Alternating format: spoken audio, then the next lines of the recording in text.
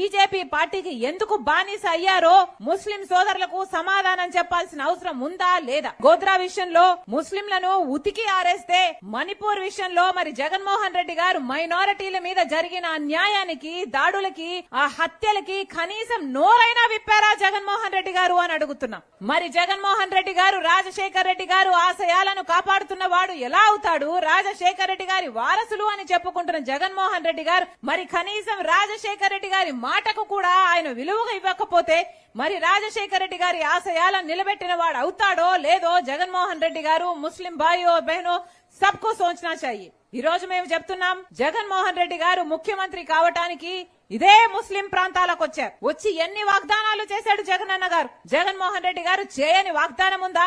ఇమామలకు 15,000 జీతం ఇస్తామని చెప్పారు. ముస్లింలు ఎవరన్నా చనిపోతే ప్రమాదవశాత్తు బీమా కోసమని 5 లక్షల రూపాయలు ఇస్తామని చెప్పారు. ముస్లిం బిడ్డల